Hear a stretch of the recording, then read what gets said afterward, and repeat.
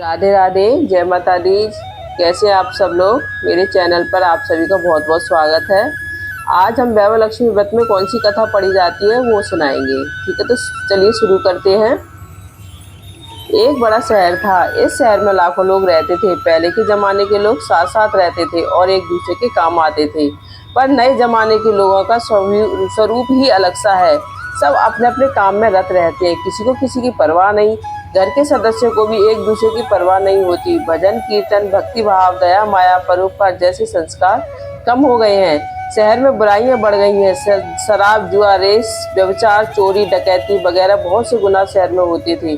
कहावत है कि हजारों निराशा में एक अमर आशा छुपी हुई है। इसी तरह इतनी सारी बुराइयों के बावजूद शहर में कुछ अच्छे लोग भी रहते थे। ऐसे अच्छे लोगों में शीला और उनकी पति गृहस्थी मानी जाती थी। शीला धार्मिक प्रकृति को संतोषी थी। उनका पति भी विवेकी और सुशील था। शीला और उनका पति ईमानदारी से जीते थे। वे किसी की बुराई न करते थे और प्रभु भजन में अच्छी तरह समय व्यतीत कर रहे थे। उनकी गृहस्थी आदर्श गृहस्थी थी और शहर के लोग उनकी गृहस्थी की सराहना करते थे।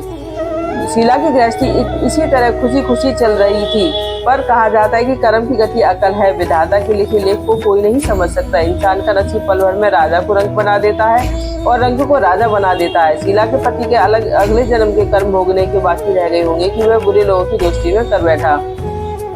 वह जल्दी से जल्दी करोड़पति होने के ख्वाब देखने लगा, इसलिए वह गलत रास्ते पर चढ़ गया। करोड़पति की बजाय वह रोड़पति बन गया, यानी रास्ते पर भटकते भिखारी जैसी उसकी हालत हो गई। शहर में शराब, जुआ, रेस, चरस, गांजा वगैरह बदियां फैली हुई थी। उसमें शीला का पति भी फंस गया। दोस्तों के साथ उसे भी शराब की आदत हो गई।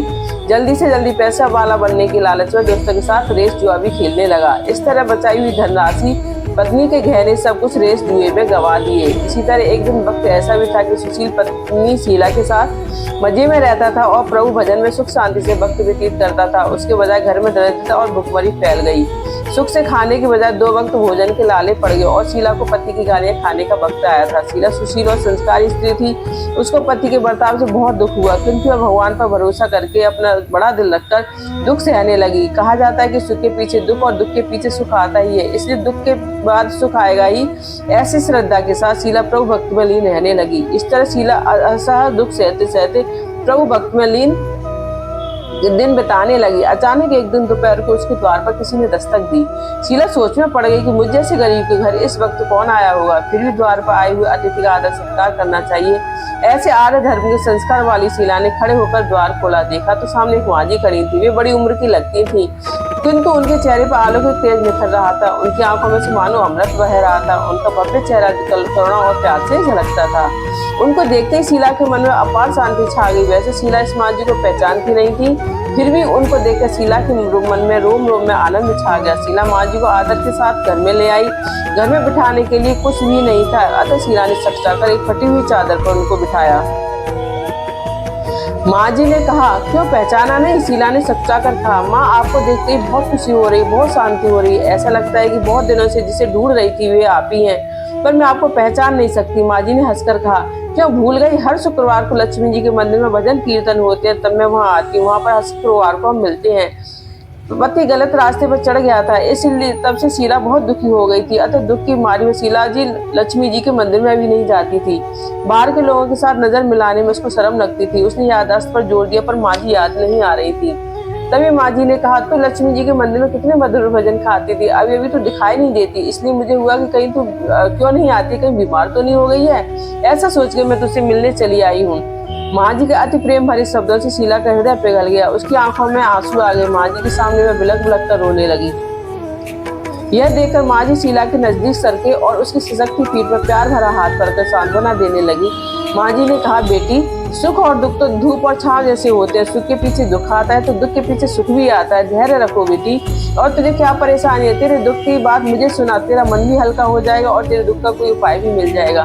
माँ जी की बात सुनकर शीला के मन को शांति मिली। उसने माँ जी को बताया और कहा, मेरी गृहस्थी में भरपूर सुख और खुशियाँ थी। मेरे पति सुशील थे और भगवान की कृपा से पैसे की बात में भी हमें संतोष था। हम शांति से गृहस्थी चलाते ईश्वर भक्ति में अपना वक्त व्यतीत करते थे। यह काहे कि हमारा भाग्य हमसे टूट गया। मेरे पति को बुरी दोस्ती हो गई। बुरी दोस्ती की वजह से शराब, जुआ, रेस, चरस, गांजा वगैरह बदियां आदतें के शिकार हो गए और उन्होंने सब कुछ गंवा दिया और हम रास्ते के भिखारी जैसे बन गए। यह सुनकर माँ जी ने कहा, सुख के पीछे दुख और दुख के पीछे तो सुख आता ही है। ऐसा भी कहा जाता है कि कर्म की गति न्यारी है, हर इंसान को अपने कर्म भुगतने ही पड़ते हैं, इसलिए तो चिंता मत कर। अब तू कर्म भुगत चुकी है, अब तुम्हारे सुख के दिन अवश्य आएंगे। तू तो माँ लक्ष्मी जी की भक्त है। माँ लक्ष्मी तो प्रेम और करुणा के अवतार है, वे अपने भक्तों पर हमेशा ममता रखती है, इसलिए तू धैर्य रख, वे माँ लक्ष्मी जी का व्रत कर, इससे सब कुछ ठीक हो जाएगा। माँ लक्ष्मी का व्रत करने की बात सुनकर शीला के चेहरे पर चमक आ गई। उसने पूछा, माँ लक्ष्मी जी का व्रत कैसे किया जाता है, वह मुझे समझाइए, मैं ये व्रत अवश्य करूंगी। माँ जी ने कहा, बेटी माँ लक्ष्मी जी का व्रत बहुत सरल है, उसे व्रतलक्ष्मी व्रत या वैवलक्ष्मी व्रत कहा जाता है। यह व्रत करने वाले की सब सच्चे दिल से दर्शन करो।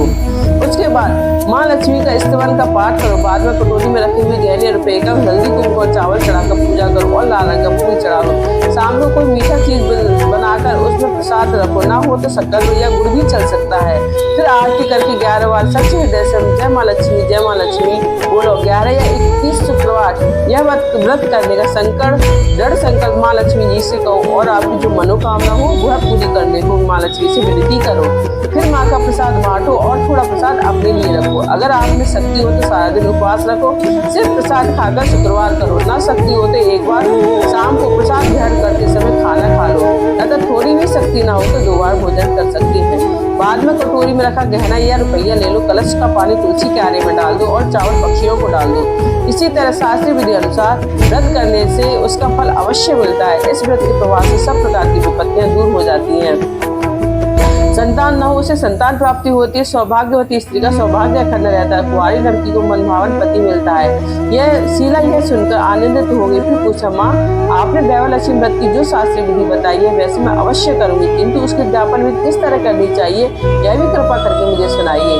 माँ जी ने कहा, 11 या 21 जो मन्नत मानी हो उसने शुक्रवार या वैवलक्ष्मी व्रत पूरी श्रद्धा और भावना से करना चाहिए। व्रत के आखिरी शुक्रवार को जो शास्त्रीय विधि अनुसार उद्यापन विधि करनी चाहिए वह भी मैं तुझे बताती हूँ।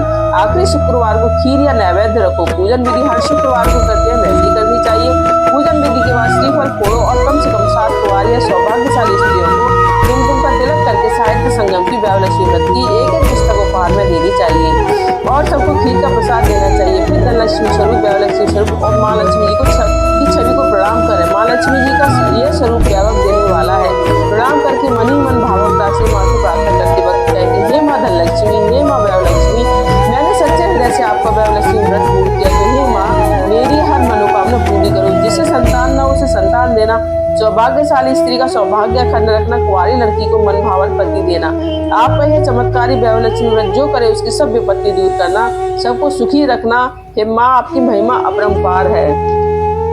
इस तरह माँ की प्रार्थना करके माँ लक्ष्मी जी के धनलक्ष्मी स्वरूप को भाव से बंधन करो। माँ जी के पास से वैवलक्ष्मी व्रत की शास्त्रीय विधि सुनकर शीला भाव विभोर उठी। उसे लगा मानो सुख का रास्ता मिल गया। उसने आंख बंद करके मन ही मन उसी क्षण संकल्प लिया, हे वैवलक्ष्मी माँ, मैं भी माँ जी के कहे मुताबिक श्रद्धा से शास्त्रीय विधि अनुसार वैवलक्ष्मी व्रत 21 शुक्रवार तक करूंगी और व्रत की शास्त्रीय विधि अनुसार उद्यापन विधि करूंगी। शीला ने संकल्प करके आंखें खोली तो सामने कोई न था। वह विस्मित हो गई कि माँ जी कहाँ गई। वह माँ जी दूसरा कोई नहीं था, साक्षात लक्ष्मी जी थी। शीला लक्ष्मी जी की भक्त थी, इसलिए अपने भक्त को रास्ता दिखाने के लिए माँ लक्ष्मी जी माँ जी का स्वरूप धारण करके शीला के पास आई थी। दूसरे दिन शुक्रवार था। सवेरे स्नान करके स्वच्छ कपड़े पहन के शीला ने मनी मन श्रद्धा से और पूरे भाव से जब जय माँ लक्ष्मी का मनी मन रटन करने लगी। सारा दिन किसी की चुगली नहीं की। सामूहिक तब हाथ पाँव मुँह धोकर शीला पूर्व दिशा में मुकर के बैठ गई। घर में पहले सोने के बहुत से गहने थे पर पतिदेव ने गलत रास्ते पर चलकर सारे गहने गिरवी रख दिए थे। नाक की चुन्नी बची थी, वह चुन्नी निकालकर उसे धोकर शीला ने कटोरी में रखी। सामने पाटे पर रुमाल रखकर मुट्ठी का चावल का ढेर किया, उसमें तांबे का कलश पानी से भरकर रखा। उसके ऊपर चुन्नी वाली कटोरी रखी। फिर माँ जी के कई पिताओं गई थी। वह शास्त्रीय विधि अनुसार बंधन स्तवन और पूजा वगैरह किया और बाद घर में थोड़ी शक्कर थी, वह प्रसाद में रखकर वैवलक्ष्मी व्रत किया। यह प्रसाद पहले पति को खिलाया। प्रसाद खाते पति के स्वभाव में फर्क पड़ गया। उस दिन उसने शीला को मारा नहीं, सताया भी नहीं। शीला को बहुत आनंद हुआ। उसके मन में वैवलक्ष्मी व्रत के लिए और भी श्रद्धा बढ़ गई। शीला ने पूर्ण श्रद्धा भक्ति से 21 शुक्रवार तक वैवलक्ष्मी व्रत किया। 21वें शुक्रवार को माँ जी के कहे मुताबिक उद्यापन विधि करके 7 शिष्यों को वैवलक्ष्मी व्रत की 7 पुस्तकें उपहार में दी। फिर माँ जी के धनलक्ष्मी स्वरूप की छवि को बंधन करके बड़े भाव से मन ही मन प्रार्थना करने लगी कि हे माँ धनलक्ष्मी, मैंने आज आपका वैवलक्ष्मी व्रत करने की मन्नत जो मानी थी वह व्रत आज मैंने पूर्ण किया। हे मां मेरी हर विपत्ति दूर करो, मेरा सबका